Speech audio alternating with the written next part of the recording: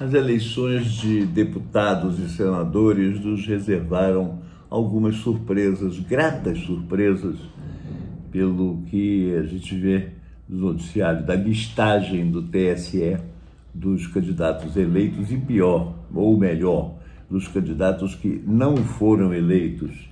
As candidaturas de celebridades e a tentativa de reeleição de políticos tradicionais fazem parte do pleito brasileiro, mas nem sempre eles obtêm sucesso nas urnas, diz a matéria do jornal.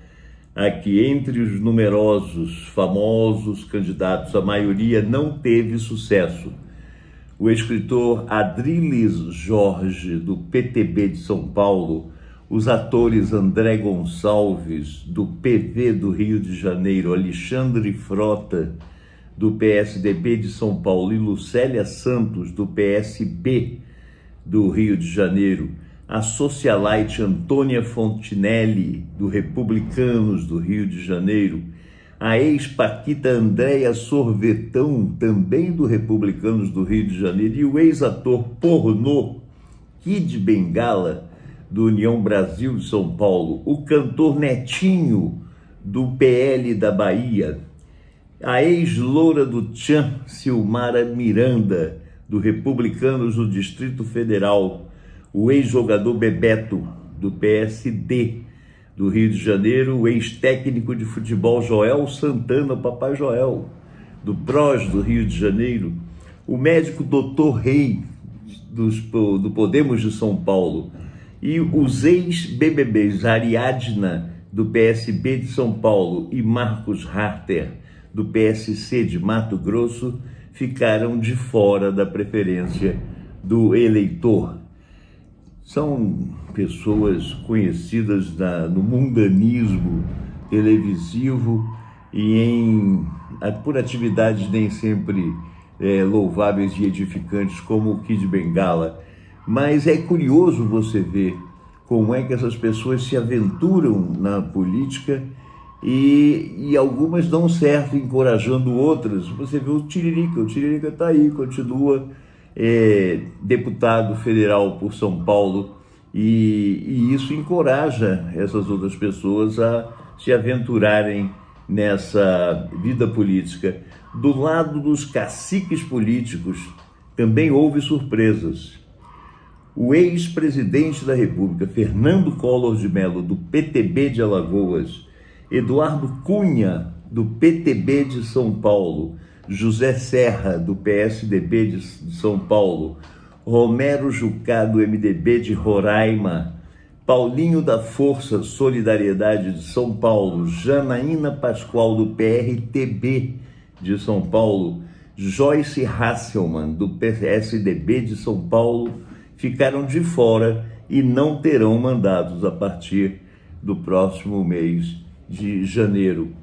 E essas pessoas, eu registraria aqui a surpresa do Fernando Collor, embora ele já esteja um tanto defasado nessa vida política nacional. Ele nunca foi muito proeminente nisso aí. Ele ganhou a presidência da República quando era governador de Alagoas, numa aventura de caçador de marajás, encampado pela grande mídia.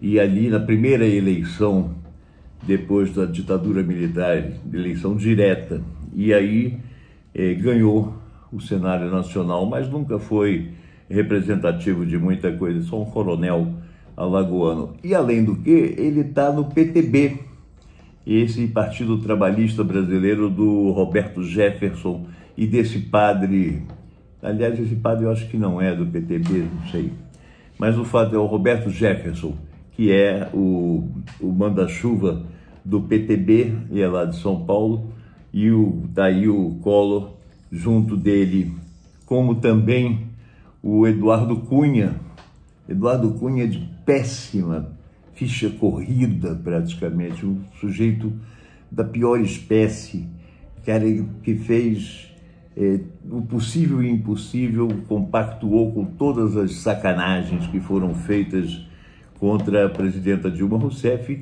e acabou preso, condenado e cumpriu pena e essa coisa toda, mas está aí, pagando na urna, pagando o preço do seu ostracismo. O Paulinho da Força também, que era meio trânsfuga, e a Janaína Pascoal, a irada que ficava rodando a bandeira brasileira e gritando na época do impeachment da Dilma, também perdeu o seu lugar. Ela, tanto quanto a Joyce Hasselmann, já anunciavam que não teriam um futuro muito brilhante, porque romperam com o presidente pro Bolsonaro, com o bolsonarismo, que ainda era incipiente, mas estava começando a se firmar, como aconteceu realmente nessa eleição agora de 22. Mas as duas já eram cartas fora do baralho. E a Joyce Hasselmann, eu até gostaria de fazer um registro aqui, porque ela teve uma situação, um evento, uma ocorrência policial em Brasília, que ficou na história, na crônica também dos costumes brasilienses, pelo inusitado e pela coisa enevoada, aquela coisa meio nebulosa. Ela acordou dentro de casa, o apartamento funcional da Câmara dos Deputados, que é um apartamento enorme. Esses apartamentos de deputados lá em Brasília são apartamentos enormes. E ela acordou uma noite, na manhã do dia 18 de julho do ano passado, sobre uma poça de sangue, sem se lembrar de nada do que tinha acontecido.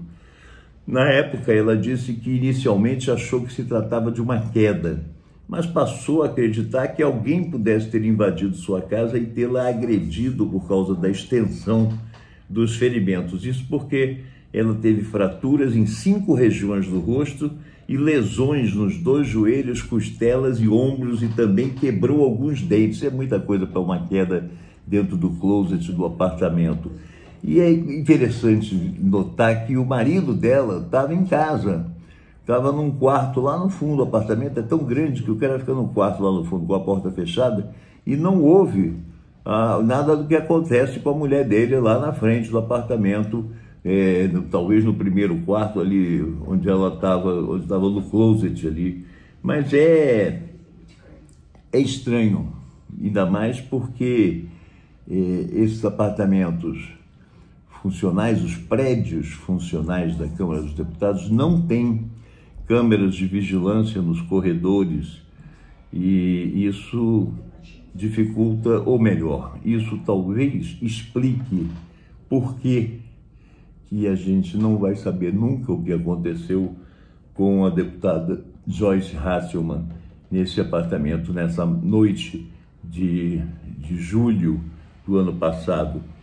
Ela, depois, por cerca de 2 horas, informou sobre 2 suspeitos ligados à política, que para ela poderiam ser os mandantes da agressão.